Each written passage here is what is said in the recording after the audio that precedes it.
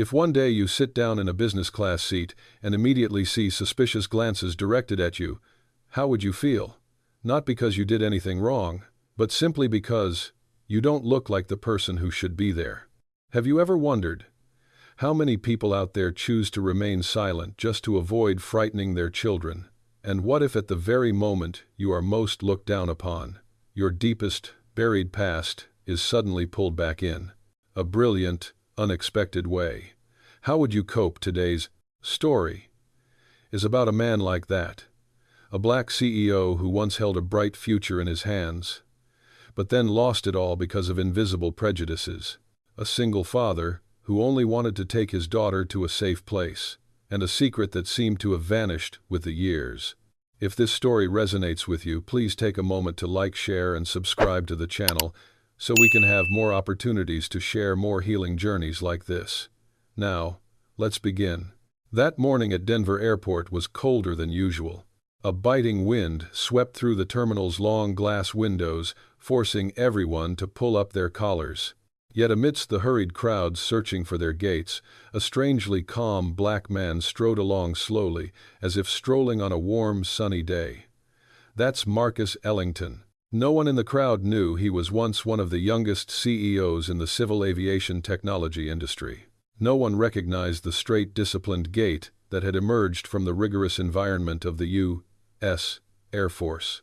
And no one cared that he was holding the hand of a little girl with curly hair tied to the side and round eyes that seemed to observe everything around her. The little girl's name is Lily Ellington, 7 years old. She clutches the model F-22, its paint peeling off like a protective charm. Marcus looked at his daughter, smiling gently. "Are you all right?" Lily nodded, but her eyes showed clear excitement. "I've never been on such a big plane before, Dad." Marcus gently squeezed his son's hand. "You'll get used to it. We're only flying to Raleigh after all." A seemingly ordinary statement, but behind it lies a long story. A family reunion he had postponed for years. A flight he could no longer refuse, even though it had been a long time since he had felt comfortable in the enclosed cabin of any airplane. When they arrived at the check-in counter, the staff member looked at Marcus's ticket, then at the father and daughter, and then at the ticket again. "You've been upgraded to business class. Have a pleasant flight, Mr. and Mrs. Marcus." Marcus paused slightly. He wasn't used to unexpected gifts, but he still politely thanked them. Lily's eyes widened. "What does businessman mean, Dad?" He chuckled softly. "It's just a little more space in the seats, that's all." But Marcus knew that "that's all" rarely meant "that's all." They walked to gate 48A, where the Boeing 737 was waiting. As they lined up to board, a familiar feeling welled up in Marcus, the rhythmic steps of his footsteps, like a memory. His arm unconsciously tightened its grip on his wrist, where a small metal bracelet engraved with 2 words he had tried to hide for years rested: Coast 11. A call sign, a name once mentioned in high-level tactical meetings, a name that once made his teammates smile with pride. And also the name he had tried to bury since the day his life was broken in two. Marcus pulled his sleeve to cover the engraving. Today he was just a father, taking his daughter to visit her grandmother. Nothing more, nothing less. But life is rarely as simple as we want it to be. As they stepped into the business class cabin, the first glances directed at Marcus weren't welcoming smiles, but rather a rapid, scrutinizing assessment, as if they were scrutinizing his clothes, his shoes, and his skin tone. Lily clutched her father's hand tightly. "Dad, they're looking at us." Marcus bent down. "It's all right, son." A gray-haired man in the seat in front, Richard Campbell, CEO of a major defense corporation, looked at the father and son with displeasure. Not because he had done anything wrong, just because Marcus didn't seem like the kind of person who should be in this compartment. A woman wearing expensive jewelry whispered to her friend without bothering to lower her voice. "I thought business class tickets would have stricter security checks." Marcus heard clearly, but he simply placed his suitcase on the shelf and sat down in seat 12F. He no longer lived to argue with every wrongful judgment about himself. He lived to guide his daughter through life as safely as possible. Lily placed the model F-22 on the tray table, gently stroking it. Does a real plane fly faster than this, Dad? Marcus looked at the model for a long time. Yes, much faster. His voice was soft, but the depths of his eyes were so profound they seemed to conceal the entire night sky he had once flown over. Just then, the flight attendant approached.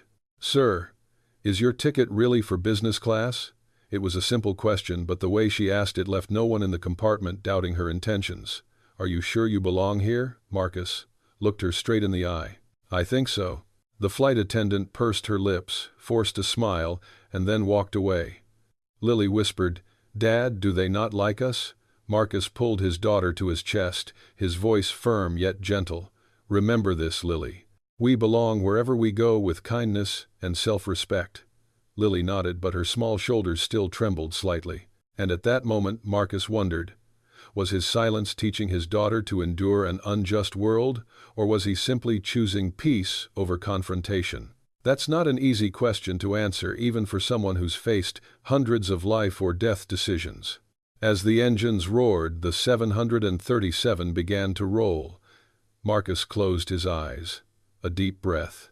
An old fear returned: the rattling cockpits, the malfunctioning pressurized cabins, the long nights he thought he would never land. Lily held her father's hand. "Don't be afraid, Dad. I'm here." He opened his eyes and smiled slightly. "Yes, Dad knows." Outside the window, the sky began to open. He didn't know that, in just a few hours, the past he was running away from would catch up with him, seizing him right where he least expected it. And it all started with this 12F seat. Mornings at 30,000 feet always have a strange light. Not too bright, not too dim. It's thin as mist, drifting through the airplane windows and illuminating the faces of each passenger. But that light never tells the true story of each person. For Marcus Ellington, that light only reminded him of the days when he piloted a real F-22. When the sky wasn't just scenery but a mission, a limit he had to break, a place where he once felt he deserved to exist. Now he sits in seat 12F. No honorary degrees, no high-ranking positions, just a single father, a fallen former CEO, a black man trying to live a quiet life, even though the world once knew he wasn't born to live a quiet life. The plane reached a stable altitude. Lily kept her face pressed against the window, excitedly watching the dense clouds. Meanwhile, Marcus's gaze was fixed on the front, where the curtains separating the business and first-class cabins swayed gently in the breeze. He didn't belong there, at least not in the way people saw him. Looking at Marcus today, no one would believe he was once the most prominent figure at 3 consecutive aviation technology conferences. He is the founder of Ellington Dynamics, a company specializing in applying artificial intelligence to flight safety coordination. A company that many American newspapers once called the future of civil aviation. Marcus wasn't born into luxury. He grew up in the suburbs of Minneapolis, a small house with peeling paint on the walls and a heating system that barely worked in the winter. His mother worked as a night shift nurse. His father never showed up. When he was little, Marcus once asked his mother, "Can I become anyone I want to be?" His mother always replied, "Just work hard and keep your heart pure." Those were the words Marcus carried with him into adulthood. He entered the Air Force Academy on a scholarship for outstanding academic achievement. A quiet but exceptionally intelligent young black man, he stepped into an environment where everyone viewed him with a mixture of suspicion and scrutiny. But Marcus never responded with anger. He responded with results.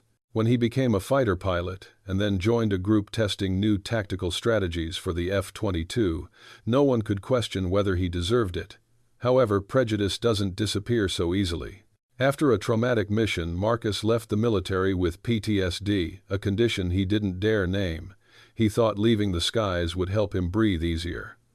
You're mistaken.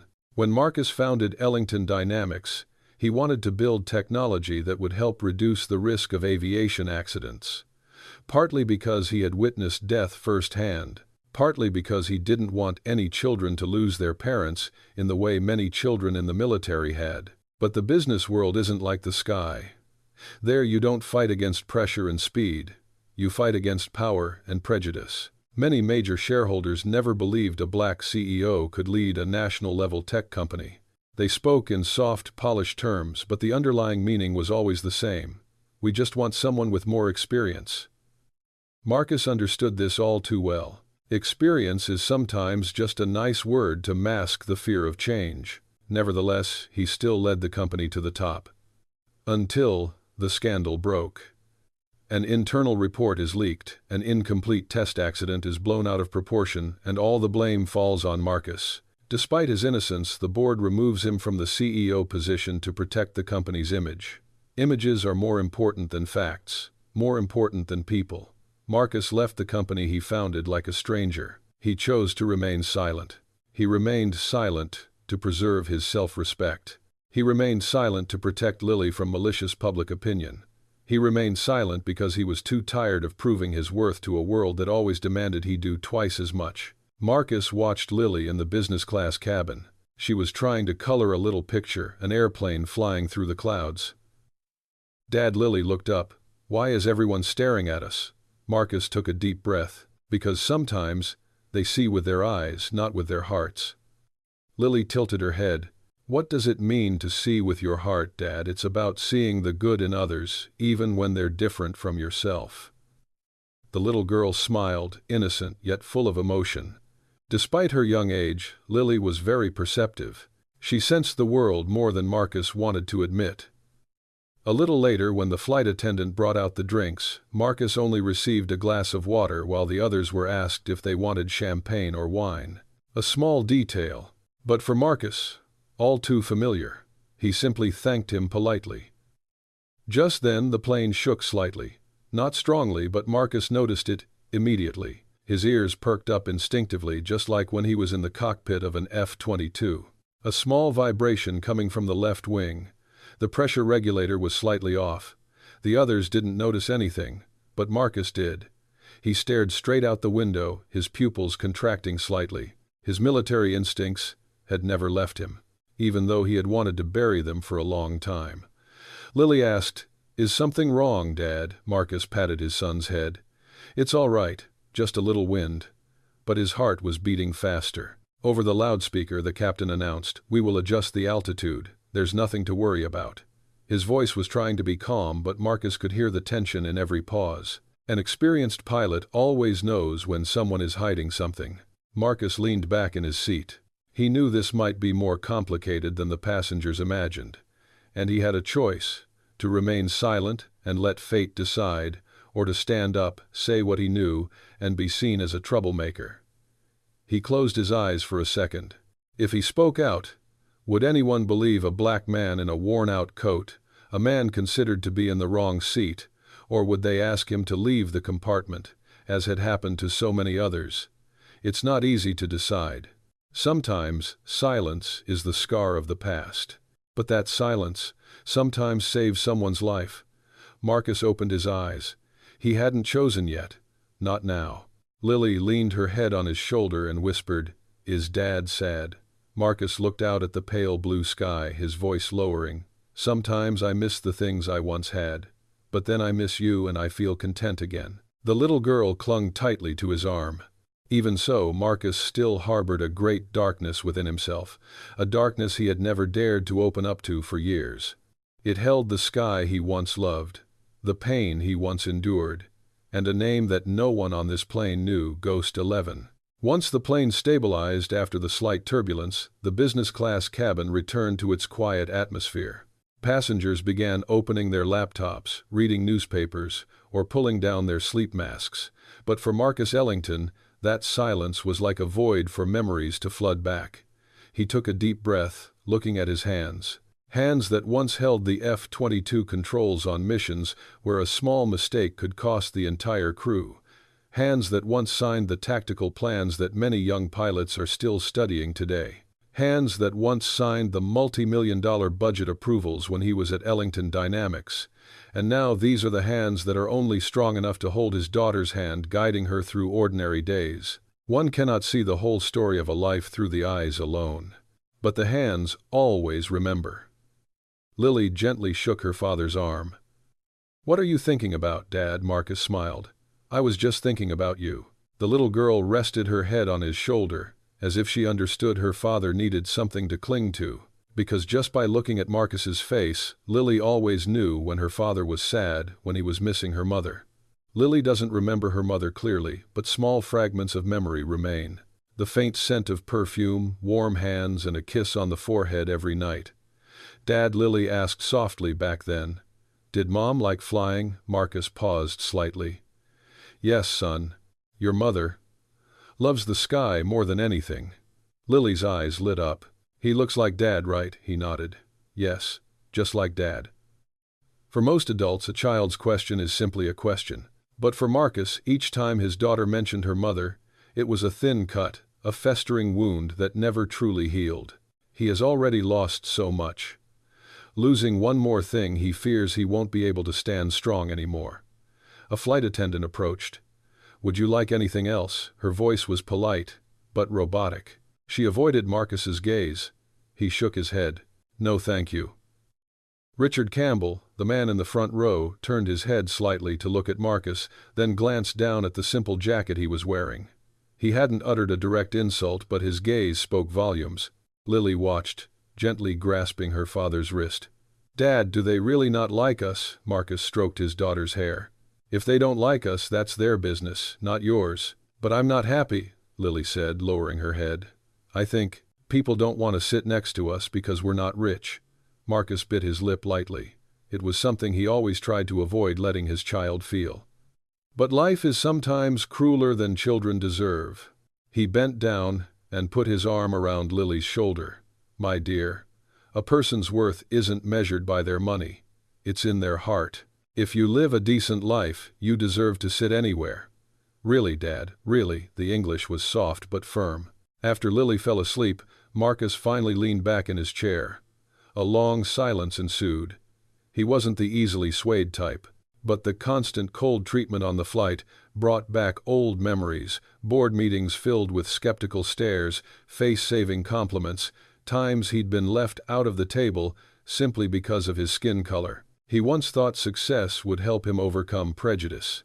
But then the very people who shook his hand in the flashing lights were the ones who signed the papers forcing him out of the company. They don't need to be wrong, they just need an excuse. And Marcus became the perfect excuse. Every black CEO in cutting-edge technology understands that feeling.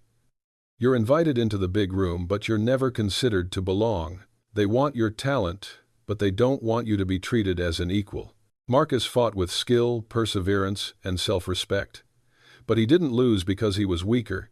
He lost because the game was never designed for him to win. He wasn't bitter. He was just tired. Marcus opened his small bag and took out an old photograph.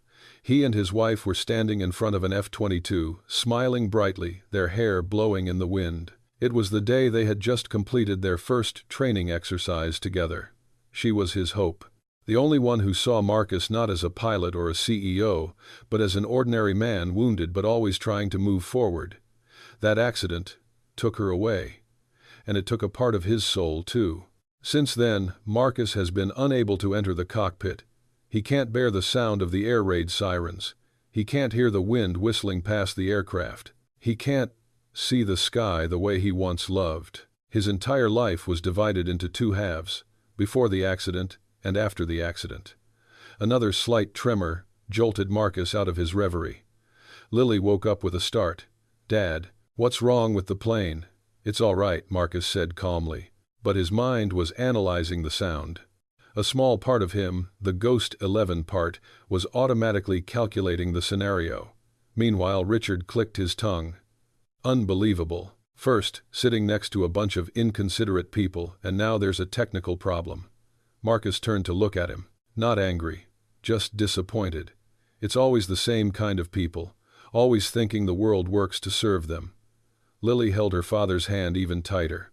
The captain announced again, his voice slightly tense. "We will be diverting to a closer airport. Please remain calm." Marcus knew what that meant. No one changes course in a fine day if everything is going smoothly. He looked at Lily, then at the passengers who were beginning to murmur. He felt his breathing quicken, not from fear but from military memories resurfacing. Vibration, wind pressure, pressure imbalance system. He's been through it. He's dealt with it. He's survived. Marcus closed his eyes. A deep breath, a silent prayer. Lily leaned close to him. "Dad, something's wrong, isn't it?" Marcus opened his eyes and placed his hand on his son's cheek. "Do you trust me?" "Yes, I believe you. Now, all you need to do is hold Dad's hand." A short while later, the captain announced, "We will be making an emergency landing at Falcon Ridge Air Force Base." A small scream erupted inside the cabin. Falcon Ridge was a military base, not a civilian airport. Landing there was never a normal occurrence. Marcus felt his heart pounding, not because of danger, but because it was a place he had been trying to avoid for years. A place full of memories, full of ghosts, full of things he doesn't want to face. A place where the name Ghost 11 is still whispered among tactical units. Marcus swallowed. The sky was carrying him back to where he had been trying to escape, and he knew fate was beginning to move. The moment the captain announced an emergency landing at Falcon Ridge Air Force Base, the atmosphere in the cabin changed instantly. Gone were the hushed whispers of complaints. Instead, there was gasping, the screeching of seats, voices of people trying to remain calm, and others unable to hide their panic. Those who had been looking at Marcus with disdain now turned to look at him as if he could explain something. Perhaps it was because he was calmer than them. Perhaps it was because his posture had something very pilot-like about it. But Marcus said nothing. He was battling the storm, raging within himself. The missions of the past, the times he heard the siren blaring in the cockpit, the moments when he thought he wouldn't make it back, it all came flooding back like a fast-forwarded film. Beside him, Lily Ellington held her father's hand. "Dad, what is a military base?" Marcus stroked his son's hair. "That's where your father used to work a long time ago." "Dad, are you scared?" Marcus looked into those tiny eyes. Though his heart was pounding, he replied in a warm, even voice, "No, because Dad has to be the calmest person on this flight, at least with you." Lily leaned on her father's shoulder. That moment reminded him everything he had ever done, ever lost, ever endured, was all to maintain this peace. A small click sound was heard as the seatbelt light came on. The plane began to descend faster than usual, causing everyone in the cabin to jolt slightly. That's when Richard Campbell really lost his temper. He jumped to his feet, grabbing the handrail. "What the hell are we falling? Why are we landing at a military base? Is there something wrong with the plane?" The flight attendant rushed over. "Sir, please sit down. This is safety procedure." "Safety," Richard almost shouted. "You call this safety? I have a meeting with the Department of Defense at 3 o'clock. I can't be stuck with." He paused. The last thing he was about to say was something everyone could hear but nobody wanted to hear for those who have no reason to sit in this business-class cabin. The remark froze the atmosphere. Some tried to look away as if they hadn't heard, but everyone had. Even Lily. The little girl lowered her eyes. Marcus just breathed slowly. He no longer reacted as he used to. The anger that had flared up in his youth was gone. Only weariness remained. Another flight attendant approached and said, "Sir, please return to your seat. This is a safety requirement." Richard gritted his teeth and sat down, but his eyes still gleamed with anger. Lily looked up and whispered just loud enough for Marcus to hear, "Dad." Why did they say that? Marcus looked at his daughter for a long time before replying, "Because sometimes, my dear, people think their position makes them better than others. But the truth is that's not the case. But they make me feel like a child again."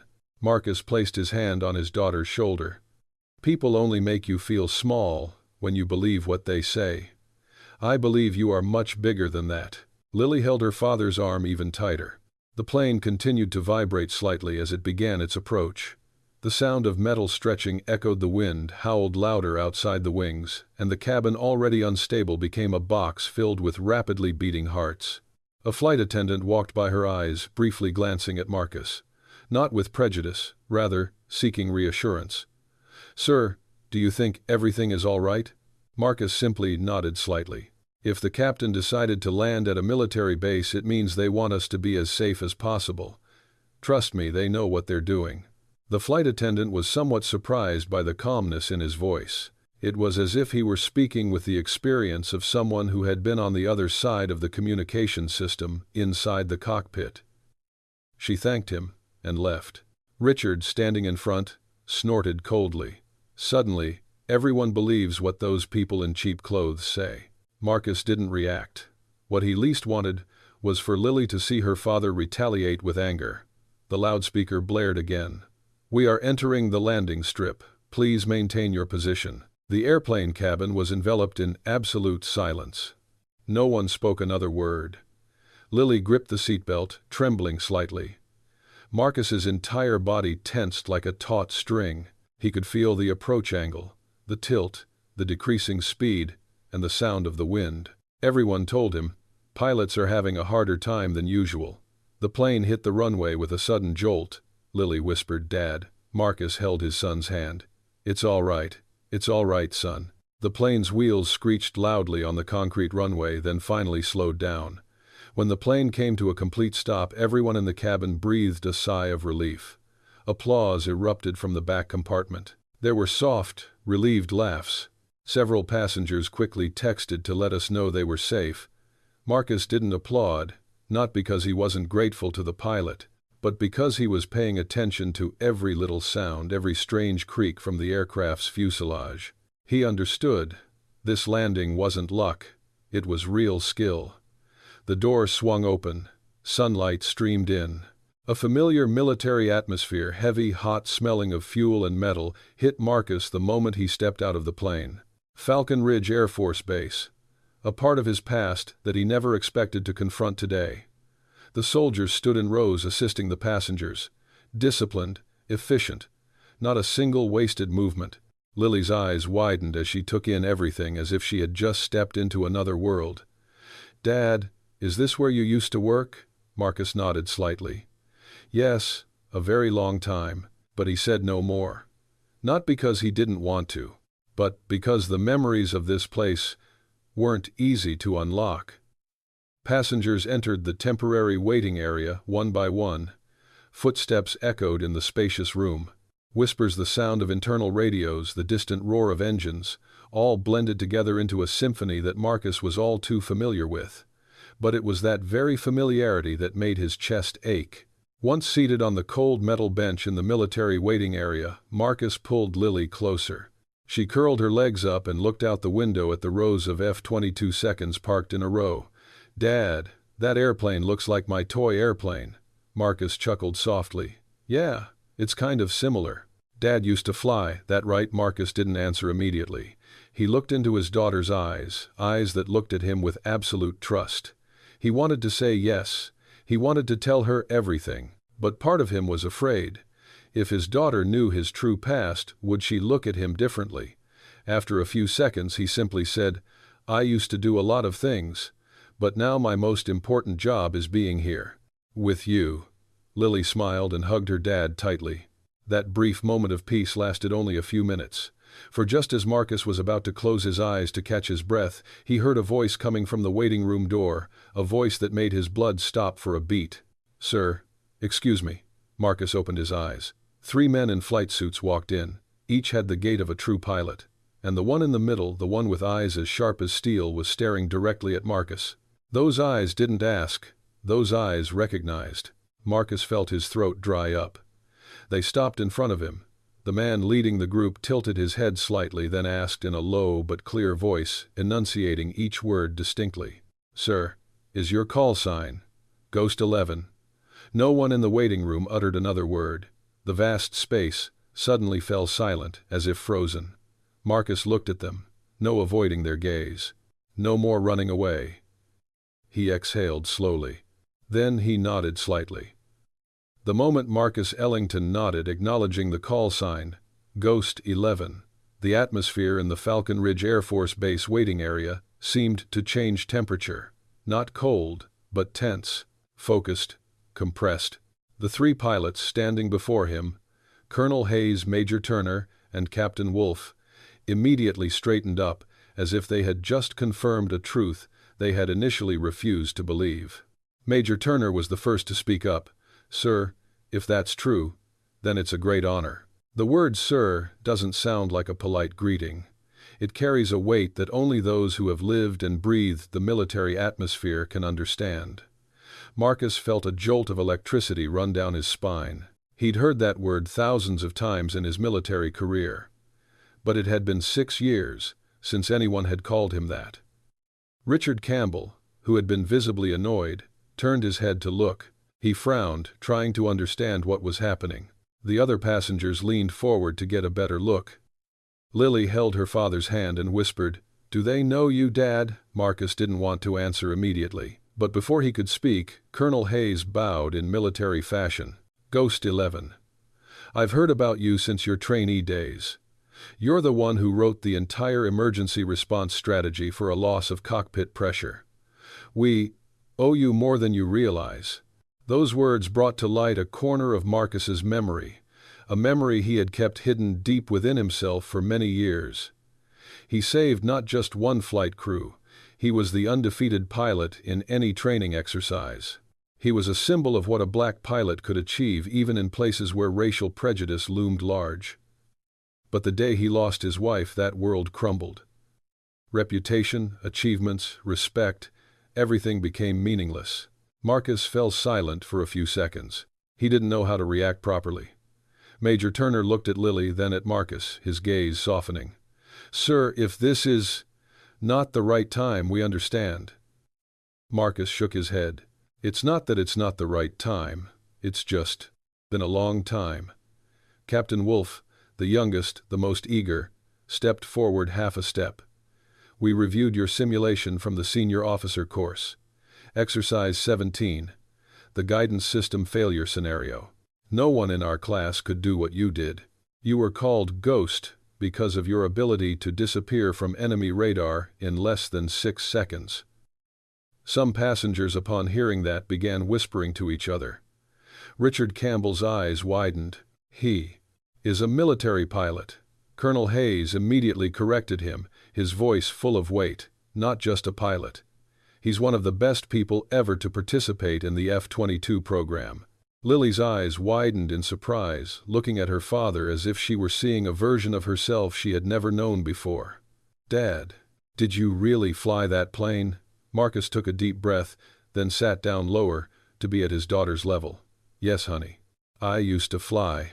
Lily smiled brightly. It was a gentle smile, but enough to warm Marcus's spine. It had been years since he'd seen that kind of pride in his daughter's eyes. Colonel Hayes said softly, "Sir, I know you're no longer in the military, and I know you want to keep your distance from the past, but when we saw your name, we couldn't help but come." Marcus swallowed his voice, lowering, I'm not sure I deserve to be called that anymore." Major Turner shook his head immediately. "Sir, the title doesn't disappear just because you leave the military. It's something you shed blood, tears, and time to earn." Those words made Marcus's heart ache. Not with pain, but with a touch that was too deep. Lily tugged at her dad's sleeve. "What is Ghost 11, Dad?" she asked. Marcus hesitated. Colonel Hayes smiled at Lily. "That was your father's nickname when he was a fighter pilot. It's not an easy nickname to come by." Lily's eyes widened. "That's so cool." Marcus chuckled softly. The first time in weeks, he'd genuinely laughed. The waiting area was now almost silent. Even the soldiers on guard seemed to slow down, observing. A black man in a worn coat, carrying his young daughter, who had once been looked down upon by passengers, was now being treated with respect by 3 pilots of the U.S. Air Force. And that contrast, a contrast that this society is all too familiar with, is gradually being exposed to everyone. Richard Campbell cleared his throat and awkwardly stepped closer. I apologize if I said anything inappropriate earlier. I didn't know you were." Marcus interrupted. "You don't need to apologize for not knowing me, but you should apologize for the way you judge others before you know anything about them." Richard stood still. That remark struck a nerve, but he knew Marcus was right. Lily rested her head on her father's shoulder, observing everything with her clear eyes, eyes that Marcus hoped would grow up in a less harsh world than the one he had faced. Colonel Hayes straightened up, then said something that made the entire room hold its breath. "Sir, if you don't mind, our squadron would like to invite you to the flight line. We have a Raptor undergoing maintenance. Just let us know if you agree." Marcus gently squeezed Lily's hand, not out of fear but because the memory was too powerful. Under this sky he used to be someone else. He used to belong here. He used to have a team, teammates, and a goal higher than himself. But he also lost too much in this very place. Marcus looked at his daughter. Lily looked back, her eyes deeper than her age suggested. "Dad, I want to see the places where you used to fly." A small remark, but enough to tip the scales. Marcus didn't answer immediately. He stood up very slowly, as if every movement had to be reconsidered after 6 years of being on the run. Then he said, his voice soft but clear, "Okay, let's go." Major Turner smiled, and Captain Wolfe's face almost lit up. Colonel Hayes bowed his head. "Thank you, sir." As the group walked out the door, the passengers in the room watched them, not with the contemptuous gaze they had before, but with curiosity, admiration, and even a touch of embarrassment. Sometimes the world only changes when the truth comes to light, and the truth about Marcus Ellington now is far bigger than the old coat he's wearing. Outside the waiting area, the hot wind of the military base blew against our faces. The F-22 seconds lined up in the sun, their silver gleam reflecting against the sky like steel arrows. Lily held her father's hand and whispered, "Dad, which plane did you fly?" Marcus gazed for a long time. A wave of nostalgia washed over him like water reaching its shore. "Son, I've touched almost all of these things here," Lily gasped. Marcus took a deep breath. He knew. He was about to face the door he had locked for years, and he was no longer alone. Lily walked beside him. The past was before him, and 3 pilots followed behind him with undisguised respect. The sky over Falcon Ridge was eerily silent, as if holding its breath. No one said another word. That usually only happens before crucial moments. Marcus Ellington's steps were slow but steady as he, Lily, and the 3 pilots, Colonel Hayes, Major Turner, and Captain Wolfe, walked along the walkway leading to the flight line. The air was thick with the smell of jet fuel and hot metal. For ordinary people, that smell might be suffocating, but for Marcus, it was like a memory that is both tender and painful. The wind blew against his face, carrying the low hum of the test engine. Lily walked slowly beside him, her eyes wide with curiosity. She had never seen this world before. She had only heard vague stories from her father.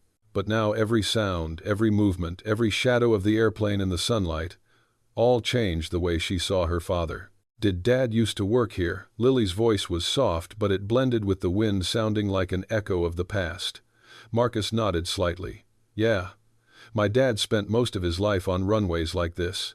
Lily smiled. I understand why Dad loves the sky." Marcus said nothing.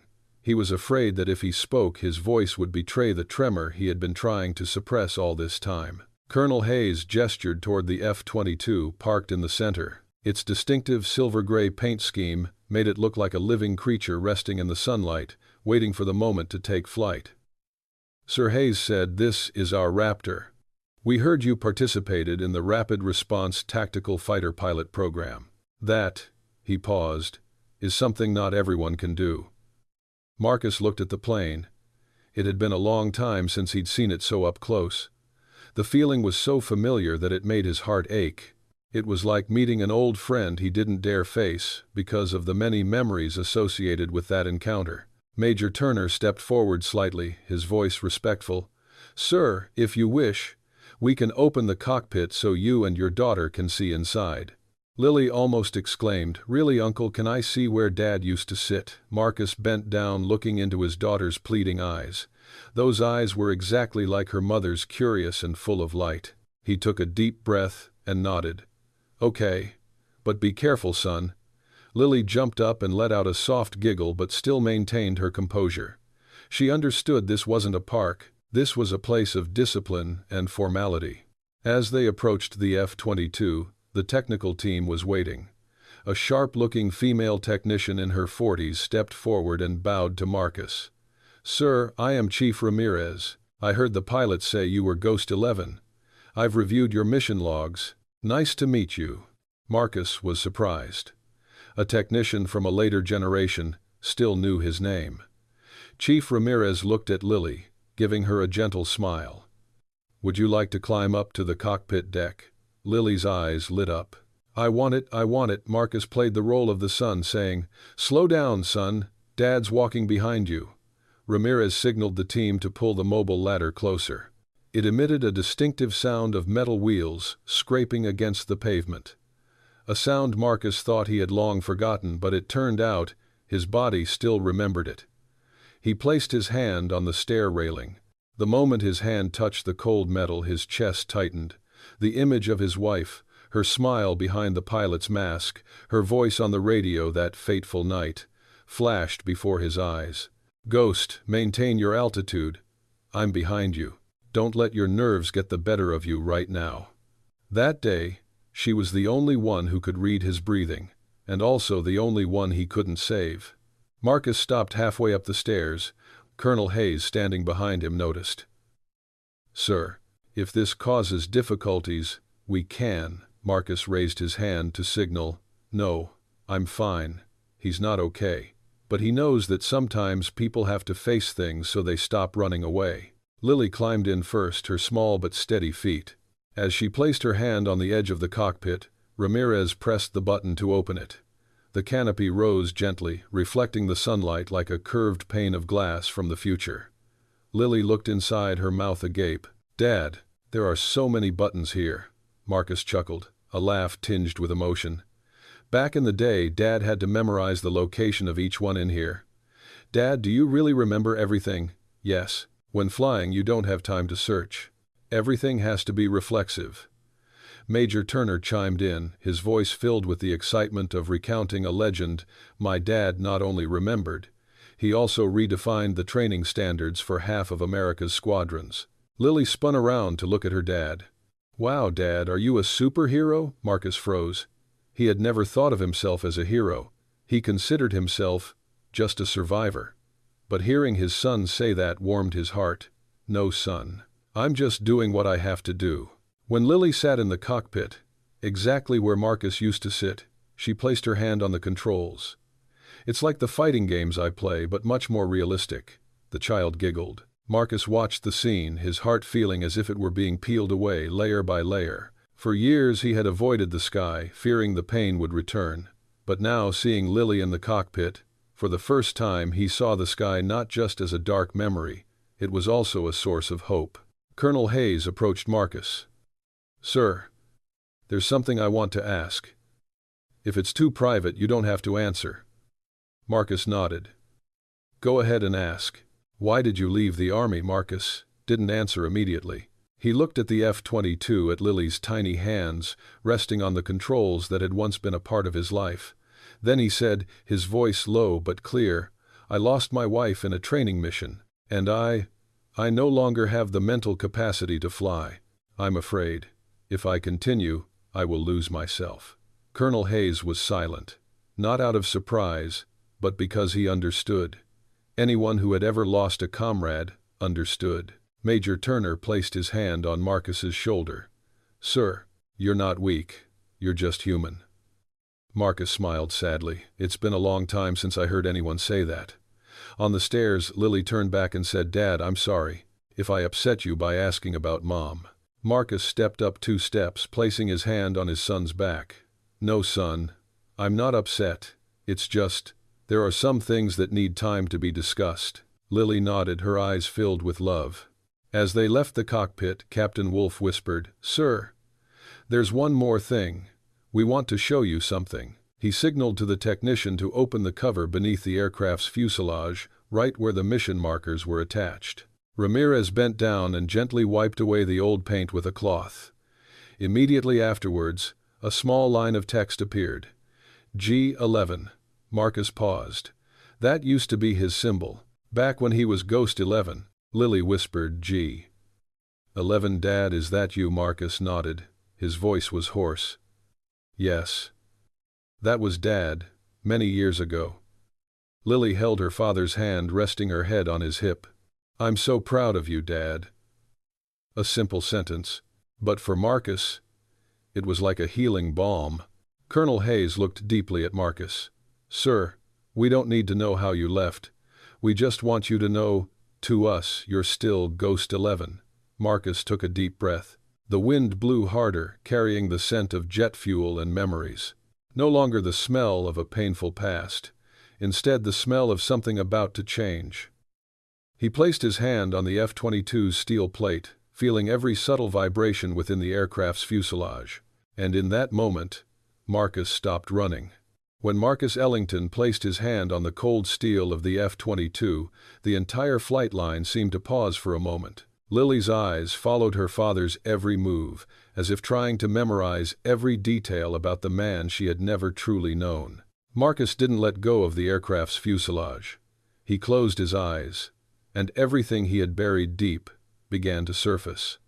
The radio alarm. His wife's breathing in the cockpit next to him, the sharp turn to avoid a collision. The moment her voice cut off in the communications system, and the long silence that he knew would haunt him for the rest of his life. Lily stood close to her father and softly asked, "Dad, you're missing Mom, aren't you?" Marcus opened his eyes, placed his hand on his son's head and said, "Yes, I remember. Does it hurt?" Dad. Lily's voice wasn't shaky, just full of the honesty of a child. Marcus didn't answer immediately. Then he nodded. "Yes, I have a child. But that's a pain I've learned to carry with me." Lily leaned against her father's arm.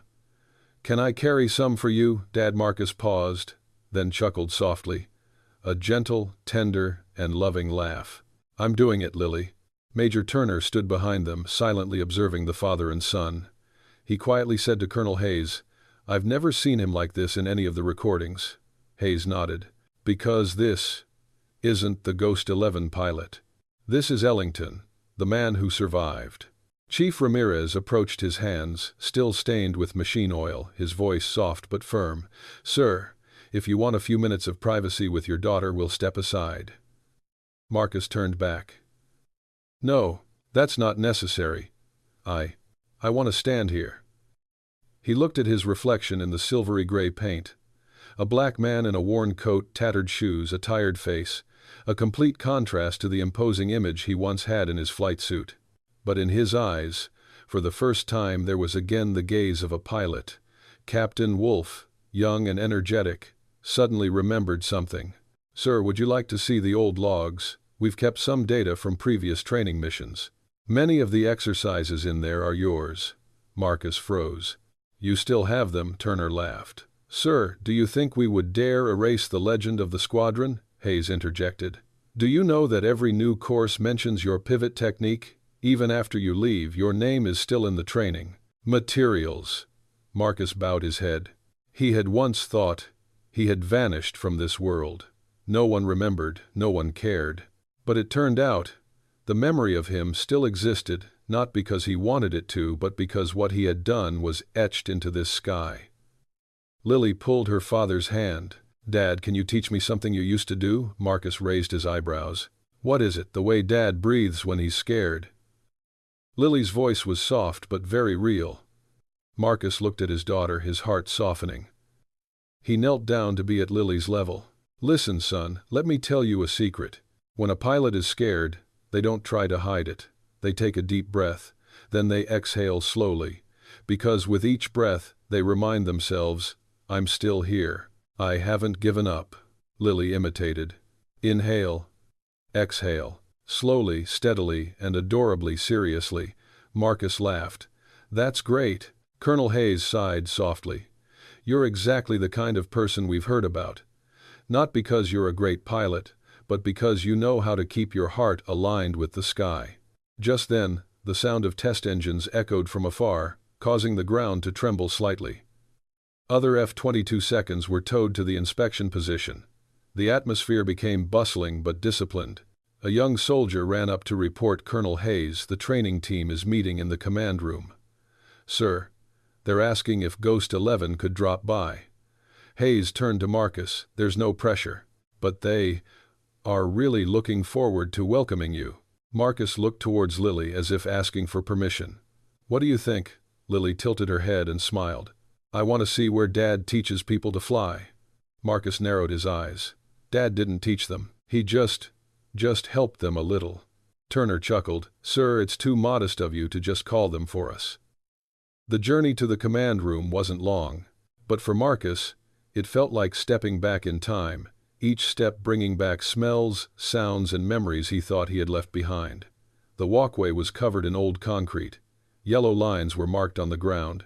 The internal loudspeaker repeated the familiar announcement rhythm. Lily walked beside her father, her eyes scanning the surroundings. "Dad, why is everyone walking so fast here?" Hayes answered on his behalf. "Because at the base everyone has a task." "No one is allowed to be late," Marcus added. "My dad used to be constantly on the go too. Sometimes he'd have to board a plane before breakfast." Lily stuck out her tongue.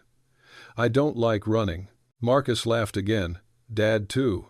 The atmosphere lightened slightly. But behind that lightness, something was still simmering within Marcus, a feeling of having to face something he could no longer escape. As we approached the command room door, voices could be heard coming from inside. Laughter. Conversation. Footsteps. Hayes placed his hand on the doorknob, looking at Marcus. "Are you ready?" Marcus swallowed hard. "I don't know." Turner placed his hand on his shoulder. "Sir, just go in. We'll take care of the rest." Lily held her father's hand, her voice soft but firm. "Dad, I'm here." That one sentence was enough to make Marcus take a deep breath, the deepest breath he'd taken all morning. Hayes opened the door. The moment Marcus walked in, all the sound in the room stopped, as if a pause button had been pressed. About 24 pilots in flight suits turned to look. Some frowned in disbelief. Others sprang to their feet in a military reflex upon seeing their superior. And some people were left speechless. A young lieutenant nearly dropped the file. "Oh my God, that is." The person next to him whispered, "That's impossible." Ghost 11 is a legendary character. Marcus was confused. He took half a step forward, but that half step seemed to drag along a heavy burden of memories. Hayes introduced, "This is Marcus Ellington, call sign Ghost 11. Everyone in the room stood at attention. No one had asked them to. No one had given an order. "It stems from respect." Marcus felt the air thicken. He never imagined that one day he, a man fired from his company, a struggling single father, would be standing in this room like this. Lily looked up at her father. "Dad, why are they looking at you like that?" Marcus replied in a very low voice. "Because Dad used to be a part of this place, and he's forgotten how big it is." A pilot stepped up, Major Archer, his eyes red with emotion. "Sir, your tactics saved my life last year during the night flight. I'm truly grateful." Archer stood at attention and saluted. Each person behind him followed suit. A long line of young people, all stepped forward to greet the man who had opened the way for them, even though he had never met them before. Lily watched the scene, her eyes widening. "Dad, are they really greeting you?" Marcus couldn't speak. He just nodded, trying to keep his voice from trembling. Turner whispered to Hayes, "He's trying to stand on his own 2 feet. 6 years, living like a shadow. Now that he can see the light again, it's not easy." Hayes nodded, his eyes heavy with meaning. "But he'll manage, because that girl is holding him back." Marcus finally raised his hand in response to the salute, a gesture he had made thousands of times, but this time, it was different. "Because this is not an obligation, not a procedure, not a habit. Rather, it's an acceptance that I've returned, even if only to face you one last time." No one said anything for those few seconds. Everything was silent. Then Lily gently tugged at her father's shirt. "Dad, I think you're very strong." It was just a small sentence, but it was the heaviest blow to the defenses Marcus had built over 6 years. He placed his hand on his son's shoulder and whispered, "Thank you." And in that moment, Marcus Ellington, a man who had once feared the sky because of loss, understood that today's emergency landing was not an accident. It was an opportunity, a door he never expected to open, a chance to rediscover himself, through his daughter's eyes, through the respect of the young pilots, through the fragments of memories he had tried to bury. The sky didn't call him back to fly, it called him to heal. The command room fell silent after the emotional salute. Marcus Ellington still stood there, surrounded by the young pilots, as if the entire room revolved around him, a focal point he was never prepared to return to. Lily clung to her father's hand, but her eyes still shone with pride. She didn't fully understand what was happening, but she knew enough to know that her father was important to this place. Important in a way that the strangers who had looked down on them on the plane would never understand. Colonel Hayes broke the silence. "Sir, if you will, we would like to hear about how you handled the situation in Mission 42B." That part was heavily edited out in the documentation. Marcus frowned. 42B. That's a simulation test of navigation system failure. There's nothing special about it. Captain Wolf chuckled. Sir, you're so exceptional that 6 pilot training courses still use you as an example. They say, no one has ever survived a simulation flight path like that, except you. Marcus opened his mouth to deny it, but Lily tugged at his sleeve, her voice soft and sincere. Dad, tell me. I want to hear it. He sighed. Sometimes his daughter was the anchor that made him do things he had tried to avoid for years. Marcus recounted slowly, cautiously, as if walking through water. The navigation system malfunctioned. The radar was jammed. At that moment I couldn't trust the computer anymore. I only had my instincts, and the voices of my teammates on the radio. He paused briefly before continuing. In that moment I understood. Sometimes it's not about being the most talented. It's about being the most level-headed amidst fear. Lieutenant Archer nodded emphatically. Sir, that's what saved me. A brief silence fell over the room, a kind of silence only those who have faced life and death can understand. Major Turner approached, holding a tablet. Sir, this is the simulation. Would you like to review it?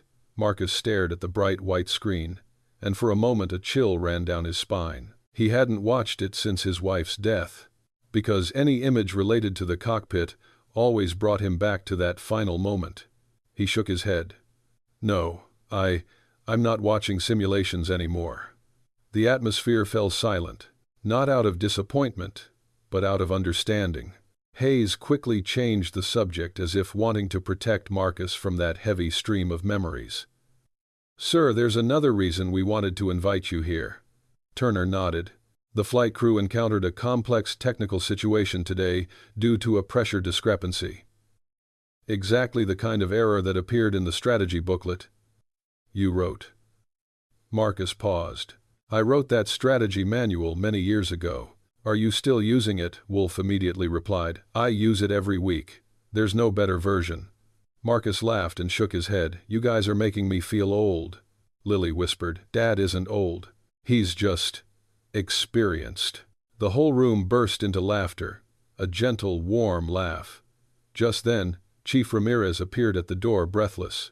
Colonel, excuse me for interrupting, but the engineering team is having trouble with one of the aircraft preparing for the test flight. We'd like to ask Mr. Ellington for assistance. Marcus was startled. I'm no longer a technician. I'm no longer a pilot. Ramirez interrupted, his voice, calm but firm. Sir, I don't need you to fly. I need the eyes of someone who has understood this system from the inside. Only you can see the slightest difference. Marcus hesitated. Inside him, 2 halves of a person were fighting each other. Half of him wanted to move forward. Half of him was afraid to touch what would hurt his heart. But Lily placed her hand on her father's hand. Dad, I think you can do it. All his doubts seemed to be erased by a soft stroke of a pen. He took a deep breath, then said, Okay, take me there. They went to Maintenance Bay number 3, where an F-22 was having its panel removed. Technicians stood around, their faces tense. Pressure pipes and wires lay out like a labyrinth.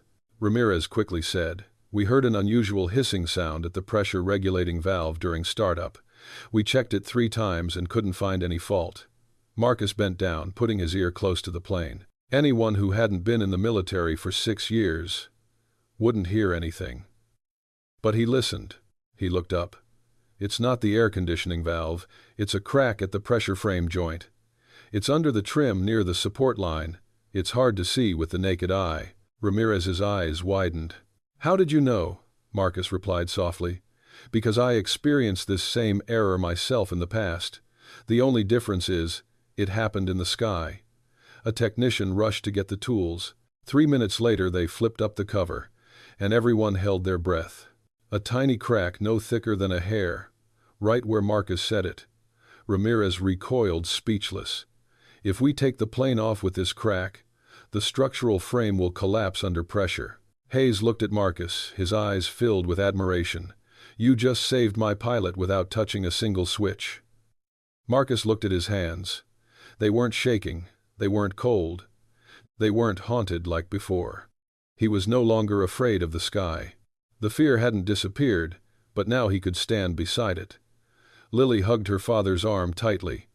"Dad, you're amazing." Marcus bent down and smiled. "No, Dad was just reminiscing about what he used to do." Hayes said loud enough for everyone in the room to hear, "That's not recollection. That's the experience of someone who has dedicated their life to keeping others safe." Wolf added, "Sir, do you know that when we asked the AI assistant to help with the diagnosis, it didn't detect that error either?" Marcus laughed. "I've spent my whole life fighting computer errors, and I'm still doing it now that I'm old." Ramirez folded his arms and nodded emphatically. "I formally propose this. If you don't mind, the base would like you to stay for a few hours to help finalize the new inspection procedure." Marcus looked at Lily. "What do you think? Do we still have enough time?" Lily nodded vigorously. "I want to stay here. I want to watch Dad work." And perhaps that's what Marcus needed to hear most, not praise, not respect. But it was the look in his daughter's eyes, a look that said her father was a valuable person. Marcus turned to Hayes. "I agree. But I'll only be an advisor, nothing more." Hayes smiled. "Advisor or not, to us, you're still Ghost 11. Marcus shook his head slightly. "I'm Marcus, a father, a former flyer, and today, I'm just helping out." Hayes didn't argue. Sometimes the best way to show respect is to let a man redefine himself. For the next hour, Marcus did something he never thought he'd do again. Standing among the engineering team, pointing out errors, analyzing pressure, talking about the wind equation, about airflow, about how even a single misalignment could change the fate of an entire squadron. The young people took serious notes. Ramirez nodded repeatedly. Turner and Wolf watched as if they were new trainees, and Lily sat on a small chair, her legs dangling, looking at her dad as if he were a real superhero. It wasn't because her father flew high. It was because he stood firm. When everything was finished, the sky had turned a soft orange hue of the afternoon. Marcus stepped outside, gazing at the vast sky before him. He no longer wanted to avoid it. Lily held her father's hand.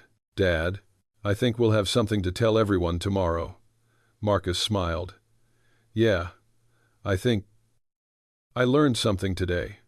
"What is it, Dad?" Marcus bent down and kissed his son's forehead. "Sometimes you don't need to fly to return to the sky." Late afternoons at Fort Ridgeway Air Force Base held a tranquility unlike anywhere else. It wasn't the tranquility of a city, nor the tranquility of the countryside. It was the quietude of people who each day carried responsibilities far exceeding their own, pilots, technicians, those who had chosen to live in the skies and face risks they could never be certain of returning. Marcus Ellington stood at the edge of the runway. Lily sat on the steps a few steps away, jotting down notes in her little notebook. She liked to write down what she observed, as if the moments of the day needed to be carefully preserved. The evening breeze carried a faint scent of jet fuel. To many it was an unpleasant smell. But to Marcus, it was a memory, pain, youth, and also the most beautiful thing he had ever known. Major Turner stepped forward, gesturing slightly. "Sir, the engineering team says that thanks to you they saved at least 36 hours of reinspection. To be honest, nobody at the base thought we would discover that crack in time." Marcus smiled. "I just saw something that everyone else is so used to that they overlook." Turner shook his head. "No, sir. That wasn't a coincidence. It was the eye of someone who'd lived with these iron birds longer than we'd lived with our families." A simple remark, but profound enough to silence Marcus. Colonel Hayes appeared shortly afterward, holding a thin but carefully bound file. He held it out to Marcus. "Sir, this is the base's official cooperation proposal to you. I've written it down here so you have time to think it over." Marcus received the file but didn't open it. "Colonel, I'm not sure if I'm a good fit." Hayes raised an eyebrow. "Do you think you don't fit in because you can no longer fly, or because you think what you've been through makes you unfit to be here?" Marcus remained silent. Hayes took a step closer, his voice low but forceful. "Sir, I've met many talented pilots, but very few have the ability to understand the people in the cockpit like you do. These young men need someone like you more than you think." Marcus looked down at his hands that used to tremble whenever he remembered his wife's accident. There are some things he said slowly that even time cannot fix. Hayes nodded slightly. I know. But time isn't always about fixing things. Sometimes, it just needs to bring you to the right place at the right time. Marcus took a deep breath. He felt the words seep into him, gentle but right where he was. Lily ran up waving excitedly. Dad, I just wrote down the process you did earlier. I wrote it in an easy-to-understand way so I can tell my teacher tomorrow. Turner laughed. You're truly the CEO's daughter. You know how to turn an experience into a lesson immediately. Lily shrugged. I'm not the CEO. I just want to remember what's important. Marcus patted his son on the head. Well done. But what warmed his heart the most was that Lily said those things so naturally, as if she were no longer ashamed that her father didn't live in luxury like other people. The airbase gave Lily a perspective that society rarely allowed, that a man's worth doesn't lie in his wallet, but in the impression he makes on others. Shortly after, Ramirez ran back smiling and said, Sir, the Bravo Squadron wants to invite you over for another checkup. They're doing a pressure simulation and want you to review the data. Marcus frowned. I have a feeling I've been working more today than when I was CEO. Hayes joked. This base operates on the energy of people who know what they're doing. And you, sir, are the most knowledgeable person here. Marcus chuckled, a gentler laugh than he had in years. He turned to Lily. Are you tired, or would you like to come with me? Lily shook her head. I'm not tired. But I want to watch from a distance. I like watching everyone work together, Turner said. Just leave the little girl in a safe area. It's safer here than the shopping mall. Marcus nodded. Okay, you stay there. I'll be back soon. In the simulation room, blue light illuminated the faces of the technicians. Graph lines jumped in real time. It was where data and intuition battled each other. Ramirez pointed to the screen. Look at this. The system vibration increases slightly when the airline switches to high-pressure mode. Marcus leaned his hands on the control panel. That's not pressure vibration. That's vibration from the signal transmission circuit.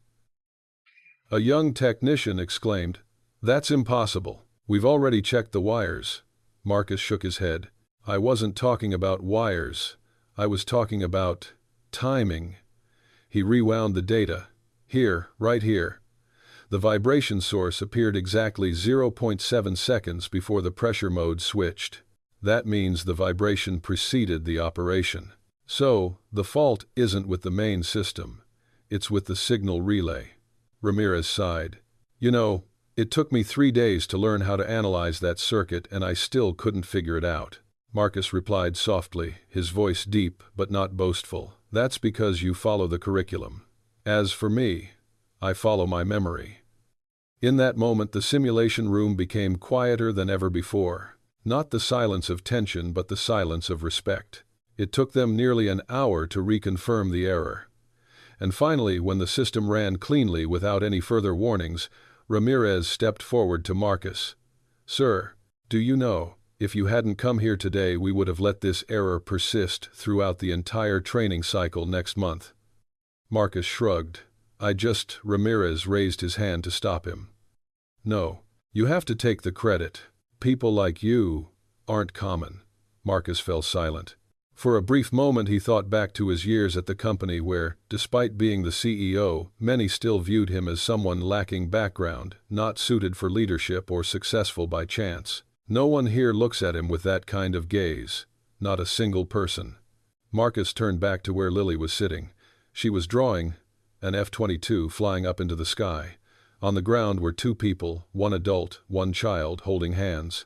Marcus sat down beside her and gently asked, What are you drawing? Lily turned the pictures around to show him. I drew you, Dad. I drew myself too, and I drew the airplane you were telling me about earlier. Marcus looked at the drawing for a few seconds. His heart sank, but in the warmest way possible. Dad thinks you draw really well. I want to draw more, but I don't know how to draw the sky so that it looks realistic. Marcus gently placed his hand on his son's shoulder. You don't need to draw the actual sky. You just need to draw the sky the way you see it. Lily thought for a moment, then smiled. Okay, I'll color it orange. Because today, Dad's sky is orange. Marcus looked up at the sky. Indeed, the sunset was casting its light over the base like a soft blanket reserved for the souls that had once flown. Colonel Hayes stood a short distance away, silently observing the father and son. When Marcus got up and walked towards the car, Hayes approached but did not intrude on their private moment. He only said one sentence, but it was enough to change something in Marcus. "Sir, you no longer need to hide from the sky." And for the first time in a very long time, Marcus believed that was absolutely true.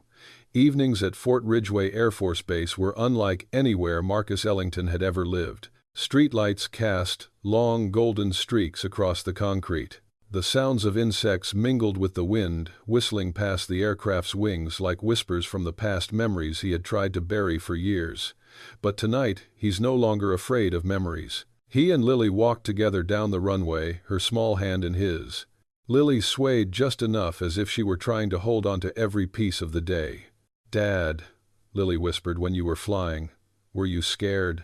Like when I'm about to go on stage to give a speech and my heart races?" Marcus looked up at the darkening sky. He answered truthfully, as he had always tried to do since Lily was born, "Yes, son. I've been scared many times. But I still fly because the responsibility is greater than the fear." "So, were you scared today, Dad?" Marcus paused. The question was small, but it struck him directly where he wasn't ready to open up. He knelt down to be at his daughter's level. "Today," he said slowly, "I'm no longer afraid of the sky. I'm only afraid of being disappointed in myself." Lily tilted her head. "I don't understand." Marcus smiled sadly. "Dad left the skies because he thought he wasn't strong enough anymore. He was afraid he would make a mistake. But today, he realized something." "What is it, Dad?" "Sometimes people don't become weaker. They just forget how strong they once were." Lily smiled softly, wrapping her arms around her father's neck. "I never thought you were weak, Dad." Marcus held his child close. Those little arms were sometimes stronger than any jet engine. Just then, Colonel Hayes emerged from the technical area's door and saw the father and son. He approached them with a rare, pensive expression. "Sir, I have something I want to tell you." Marcus stood up straight. "Yes," Colonel Hayes took a deep breath. "Today you didn't just help us fix a mistake. You made the flight crew reevaluate how they work. You made the kids in the engineering team understand that instinct and intuition are just as important as technical documentation." Marcus furrowed his brow slightly. "I'm not sure I'll do that much." Hayes disagreed. "You don't understand. There are people who just show up at the right time, and they can change the morale of an entire unit." Then he held out a piece of paper, not a contract but a handwritten proposal. Marcus asked in surprise, "What is this?" It was a proposal from Turner, Wolf, Archer, and Ramirez. They wanted to open a short-term program for new technicians and pilots based on your expertise and your perspective. Marcus touched the edge of the paper. The slanted, even handwriting revealed each person's signature. "Colonel, I'm not sure I'm stable enough to take on this." Hayes looked him straight in the eye. "Sir, stability doesn't make a good teacher. Authenticity does. And you have that more than anyone else." Marcus was silent. In that moment he felt as if someone had placed a map before him, a map of a life he had long thought had ended. Lily tugged at her father's sleeve. "Dad, can I talk for a bit?" Marcus nodded. Hayes stepped back, giving the father and son some space. Lily looked down at her little shoes, twirling her toes. "If Dad teaches everyone here, will he have less time for me?" Marcus was speechless. He hadn't thought of this. "My dear, I won't do anything that would make you feel alone. But if Dad is busier, will he still take me to school and read stories to me in the evening?" Marcus bent down, placing his hand on his son's shoulder. "I promise. Nothing is more important than you." Lily looked at her father for a few seconds, then smiled, a gentle smile but enough to melt his heart. "So, I think Dad should work here. I see you happy when you're near the airplane. It's like you're rediscovering a part of yourself." It was a small remark, but it was the final piece he was missing. As they returned to Hayes, Marcus said, I'm willing to give it a try." Hayes smiled. "Nobody asks you to be perfect from day one, sir. We just want you to be present." Marcus nodded. "Then I'll give it a try, but I'll go at my own pace. We expect that." Just then, Turner ran back from the hangar, looking unusually agitated. "Colonel, sir, we have a problem." Marcus turned around immediately. "What's wrong?" Turner gasped. "The F-22 is running its second simulation and reporting abnormal oscillations, this time stronger. We think Ramirez ran after him, his face pale. We missed something." Hayes said sternly, "Summon the technical team. Restart the entire system." Marcus frowned. The vibration system couldn't be any stronger if the fault lay with the signal transmitter. There must be another cause. Ramirez shook his head. "I couldn't find anything. All the data is clean." Marcus stopped in the middle of the hallway. Then he understood. The data isn't wrong. The structure isn't wrong. But the simulation platform is flawed. "Turn off the simulation," he shouted. Turner gasped. "What? Turn it off immediately," Marcus repeated. Ramirez lunged towards the control panel. The system shut down completely. Hayes looked at Marcus. "Explain." Marcus walked slowly towards the aircraft model on the screen. "We're simulating with old software. This software is based on technical documentation from 8 years ago. The new pressure regulation system has changed the processing algorithm. The old simulation will give inaccurate results." Turner's eyes widened. "So, the fault wasn't entirely with the plane. Yes, it's in the simulation." Ramirez lightly tapped his forehead. "Oh my God. Only you would remember this." Hayes let out a sigh of relief. "Sir, you've just saved us for the second time in a day." Marcus shook his head. "I only remember what I used to write. Sometimes, old memories really do save lives." Hayes placed his hand on Marcus's shoulder. "And sometimes, old memories can save you too." Lily, who had been standing at the door, didn't fully understand what was happening, but seeing everyone relieved, she smiled along with them. She ran to hold her father's hand. "Dad did it," the little girl whispered. Marcus looked at his son. He looked at the flight crew. He looked at the darkening sky outside. And for the first time in a long time he felt he wasn't lost anymore. After the simulator was shut down, the entire flight crew quickly dispersed to adjust their schedules. But a strange feeling lingered, a silence not of tension, but because everyone realized that Marcus Ellington was no longer a visitor to the base. He has become a part of the heartbeat of this place. Marcus held Lily's hand as they walked down the hallway. The little girl gently tugged at his shirt.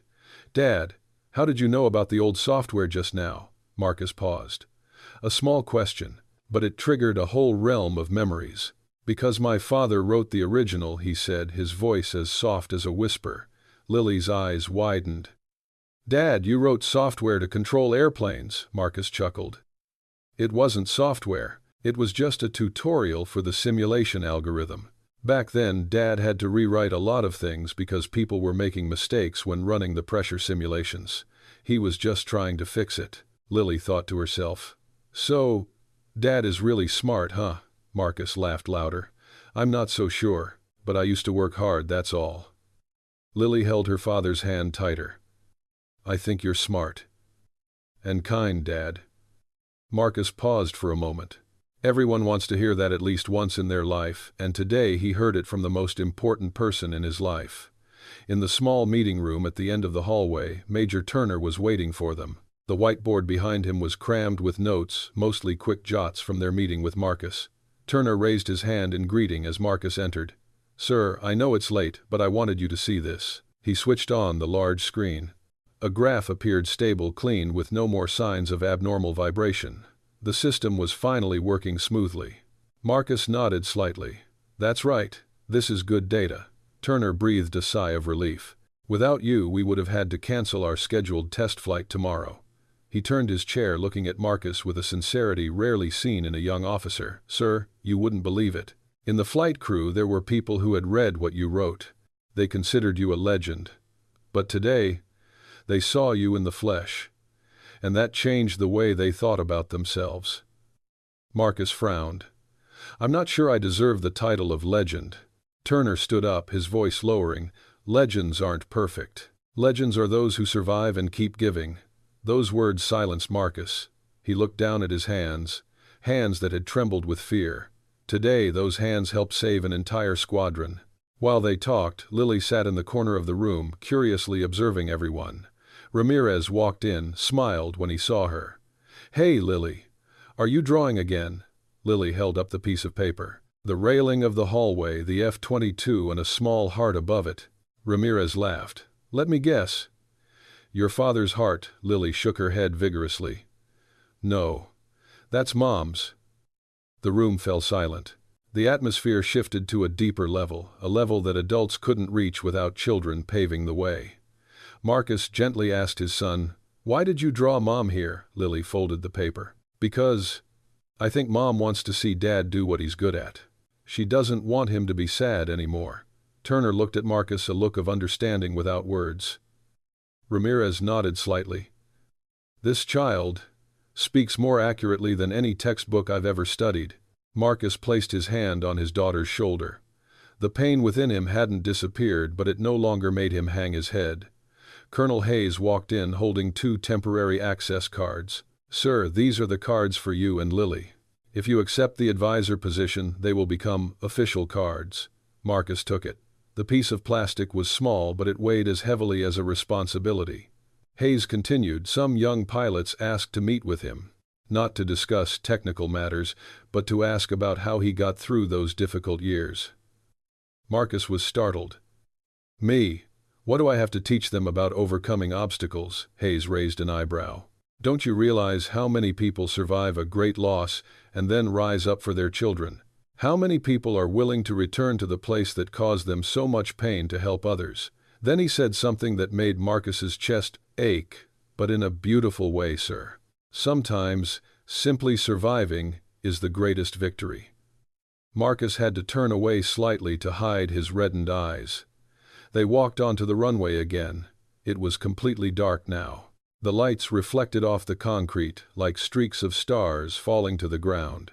Lily pulled Marcus's hand. "Dad, I want to stay here longer." Marcus laughed. "What's wrong, kid?" Lily held up her notebook. "I want to write in my diary about today. I want to remember it forever." Marcus looked at his daughter, his heart warming. Then he placed his hand on his chest, the place where the sky had once terrified him. For the first time in years, he felt that place was no longer empty. They were preparing to head back to the parking lot when the internal loudspeaker blared, "All Bravo Squadron assemble at the briefing area for 10 minutes. Turner turned to Marcus. "Sir, would you like to join? Not officially, just to observe." Marcus looked at Lily. She nodded immediately. "I want to see where they're having their meeting. I promise I'll sit still." Marcus smiled. "Okay, let's go." The briefing room was brightly lit, with a long table covered in tactical maps and tablets. When Marcus entered, the entire group of pilots immediately stood at attention, not according to military procedure, but out of a reflex of respect. Hayes gestured for everyone to sit down. "There are some adjustments to the plan today, and I want everyone to understand why." He pointed to Marcus and said, "It's not because the system is faulty. It's because we're still learning how to look at the problem from different perspectives." Turner added, "What Sir Ellington points out today, if we learn to see things this way, will save many more lives in the future." A young officer raised his hand. "Sir, I have a question." Hayes nodded. "Go ahead." "How did you find the strength to return to a place that evoked so many painful memories?" The room fell silent. The question was so direct that no one dared to breathe loudly. Marcus took a step forward. He wasn't trying to be strong. He was just speaking the truth, gently, like someone who had truly been through a lot. "I'm not looking to regain strength. I'm looking to regain the reason to be strong." He turned to look at Lily. "That's the reason. She stands right in front of me every day." A very faint sigh came from the far end of the room. No one said anything more. There was no need to say anything more. When the meeting ended, a female pilot approached Marcus. "Sir, I want to thank you. Not for the technical skill, but because you reminded me why we chose to fly." Marcus nodded slightly. "Thank you," she smiled. "No. I'm thanking you, because for a long time, I forgot that the human heart is also a system that needs to be learned." On the way to the car, Lily held her father's hand and whispered, "Dad, you made so many people happy today." Marcus smiled. "Dad's just trying to do the right thing." Lily shook her head. "No. Dad does much better than that. Marcus looked at the night sky, deep, vast, but no longer frightening. Perhaps, he said softly, this is the first time in years that Dad feels like he belongs somewhere. Lily gently squeezed his hand. Dad, you belong in the sky, but I'm keeping you here on Earth. Marcus smiled a genuine smile. In that moment he understood that he wasn't returning to the sky to relive the past. He's back to build the future. Nightfall at Fort Ridgeway Air Force Base brought a strange feeling that Marcus Ellington had to stop his car for a few seconds just to look around. The sky twinkled as if the runway lights were spreading upwards. The space was so vast that people almost disappeared, if not for the silent stories that kept them together. Lily dozed off in the seat beside him, her head resting on her father's shoulder, a small notebook clutched tightly in her hand. The long day had exhausted her, but her little face remained peaceful, a kind of peace Marcus hadn't seen in a long time. He gently kissed his child's forehead and whispered, "Daughter, today I learned more than I was taught." Then he opened the car door and stepped out, leaving Lily to sleep peacefully. A gentle night breeze blew, carrying the scent of grass and fuel, a smell familiar only to those who had lived the life of flying. As he stood there silently, footsteps sounded behind him. Sir Colonel Hayes called out. "Haven't you gone home yet?" Marcus turned back. "I want to get some fresh air. It's been years since I've seen a night at the base so quiet." Hayes stood beside him, his eyes gazing thoughtfully along the runway. "You know, Ellington," he said, "people always think the bravest pilots are the ones who face the sky. But actually, the bravest are the ones who dare to face themselves." Marcus didn't reply. Not because he didn't know what to say, but because the remark struck a nerve. Hayes continued. "Today you did something that many people on this base wouldn't dare to do. You let us see your fear and your strength at the same time. Not everyone is honest enough to do that." Marcus took a deep breath. "Colonel, I used to think the best parts of myself had died along with the past." A fleeting sadness crossed his eyes. Hayes understood. Marcus didn't need to mention the name of the deceased. "I understand," Hayes said, his voice soft, almost a shared understanding. "But the past doesn't disappear. It's just waiting for you to be ready to see it from a different perspective." Marcus chuckled softly. "Today I was forced to see it. And it's not as scary as it used to be." Hayes nodded, then left to give Marcus some space alone. But before Marcus could get back to the car, another voice rang out. Sir Ellington. Major Turner ran over, looking panicked. Marcus straightened up. "What's wrong?" Turner held up his tablet. "Sir, we have a problem that I don't know how to handle other than asking you." Marcus narrowed his eyes. "Does it have something to do with the system?" "Not entirely," Turner replied. "It involves people." The answer made Marcus frown in curiosity. In Turner's small office, a young pilot sat huddled in a corner, his eyes red with tension. Marcus recognized him immediately. It was the officer who had asked him the difficult question during the meeting. Lieutenant Archer. Turner explained briefly. Archer experienced mild panic after the simulation, not due to technical issues. It was psychological. He said he didn't know if he deserved to fly. Marcus glanced at Turner.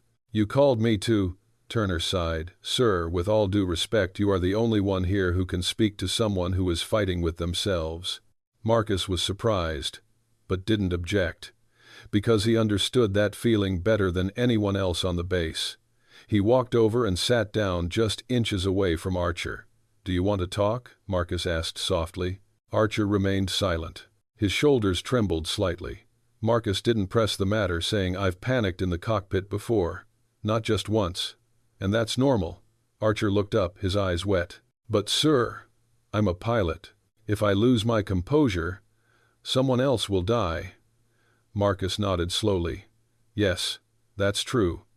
But to become a good person you have to dare to look directly at what makes you tremble, not avoid it." Archer clenched his fists. I'm afraid I won't be able to get through this," Marcus replied softly, his voice full of depth. "I used to be that scared too. But do you know what I learned?" Archer looked at him, waiting for an answer. "Fear is not the enemy. Fear is just a reminder that you are doing something important." Archer was silent for a few seconds, then burst into tears as if a heavy weight had been lifted from her chest. Turner watched her eyes softening. Marcus placed his hand on Archer's shoulder. You have the right to be afraid. But you also have the right to stand up. And you don't have to stand up alone. Archer nodded vigorously, letting out a long sigh, as if he had just escaped from prison. As they left the room, Turner whispered, "Sir, thank you. You not only saved the system, but you saved the spirits of these young people." Marcus responded with a weary but genuine smile. "Sometimes the only thing I can give is the truth." Turner shook his head. "No. What you're giving me is hope." When Marcus returned to the car, Lily was still asleep, breathing softly. He started the engine. The headlights swept a bright beam across the empty runway. Marcus looked through the glass and whispered something he'd never dared say before. Today, Dad didn't run away anymore. And after saying that, he reached his arm around the back seat and gently pulled the blanket over his daughter. His voice was as warm as fire in the night. "Tomorrow Dad will sign the consulting contract. And we'll begin a new chapter." In the distance, the sound of jet engines rose, not the sound of fear, but the sound of new doors opening. Marcus looked at the night sky one last time before driving away from the base. In the past, the sky had caused him pain. Today, the sky is calling him home. The next morning, Marcus Ellington woke up before the sun had even risen high. Not because of the alarm clock, not because of stress, but because of a strange feeling, light yet profound, as if he had just laid the first brick on the foundation of a new life. Lily was still asleep, her hair gently spread out, clutching the model airplane that Ramirez had given her yesterday. Marcus stood watching her in silence. For over 6 years he lived without a place to believe he belonged. For over 6 years he battled memories and guilt. For over 6 years he tried to be a normal father, while his heart remained torn between heaven and earth. But yesterday, in just one day, everything changed.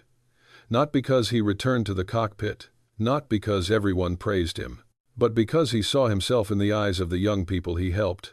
In Colonel Hayes's gaze, in Turner's voice, in Archer's trembling, in the radiant pride in Lily's eyes, he realized a simple truth. Pain wasn't what weakened him. It was his ability to keep rising after the pain that made him stronger. Marcus threw on his jacket, brewed a small pot of coffee, and stepped out onto the balcony in front of his apartment. The early morning sunlight cast a soft, golden hue on his face. For the first time in years, he didn't feel like an outsider in someone else's life. The bracelet, engraved with Ghost 11, gleamed as the sunlight touched the metal. It was once something he kept hidden.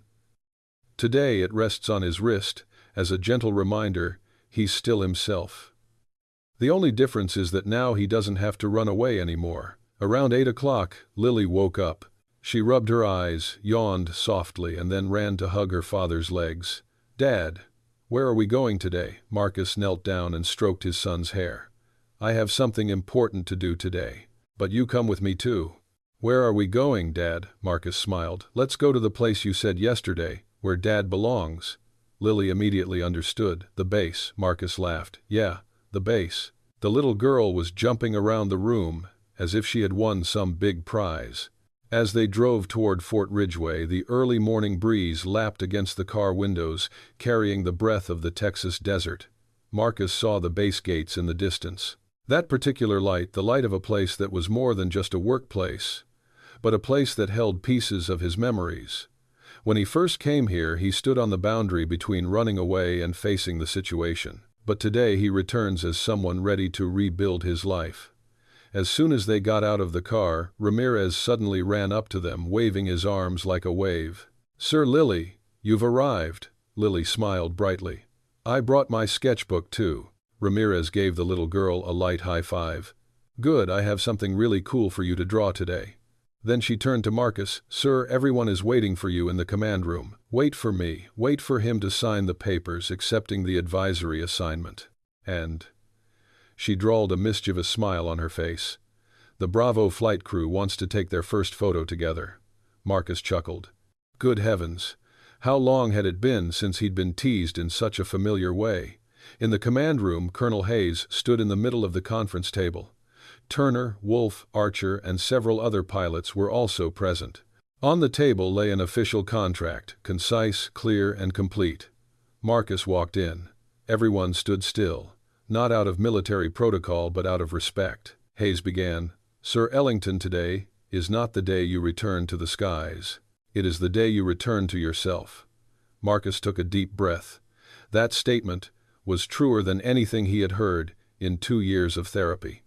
He signed his name on the paper, a slightly shaky signature, but the signature of someone who had decided to live a new life. Lily ran up and hugged her dad. "Dad, you did it!" Marcus gently spun the baby around, saying, "Without you, I probably wouldn't dare." Turner stepped forward and said, "Sir, please allow me to say this on behalf of the entire Bravo flight crew." He placed his hand on his chest solemnly as if taking an oath. "Sir Marcus Ellington, we know you haven't flown again, but in our eyes, today you flew the highest." Applause erupted throughout the room. Archer approached, his voice still slightly choked. "Sir, thank you. Thanks to you, I didn't give up last night." Marcus gently placed his hand on the boy's shoulder. "Never give up, but also never be afraid to ask for help." After the contract signing, the team escorted Marcus and Lily to the flight line. A tarp-covered F-22 sat in the early morning sun. Ramirez stepped forward and lifted the cover. Surprise!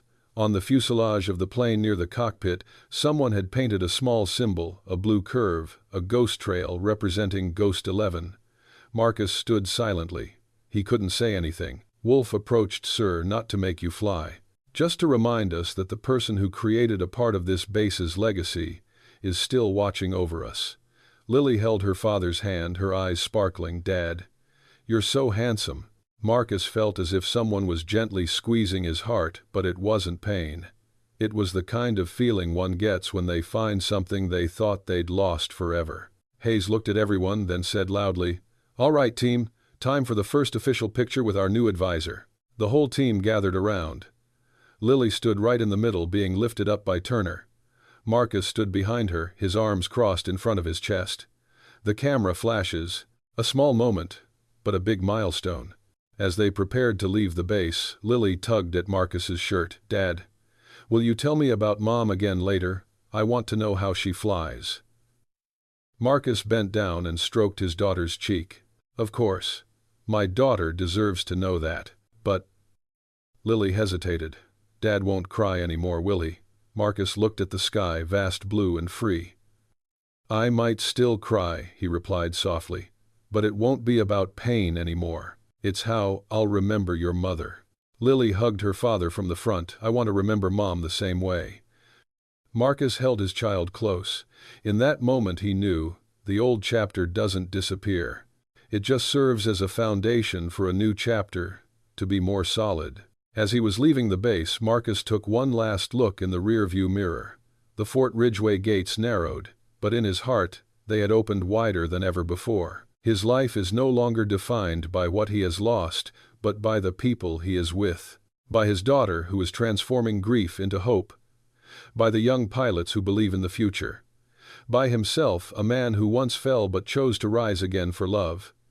He was no longer afraid of the sky, and so, he could finally live true to himself on the ground. Marcus turned on the radio. An old song played softly. He said to Lily, his voice warm as sunshine, "You know, this isn't a journey back to the sky. This is my journey. Back to myself." Lily leaned her head on his shoulder. "So, Dad, let's start a new chapter." Marcus smiled slightly. "Okay. Let's get started. If you've made it to the end of this story, thank you so much. Every like, share, and subscribe helps bring healing stories like this closer to those who need them. Please like, share, and subscribe to join the channel on its next emotional journeys. Would you like me to write more spin-offs, expansions, or a new story in this style?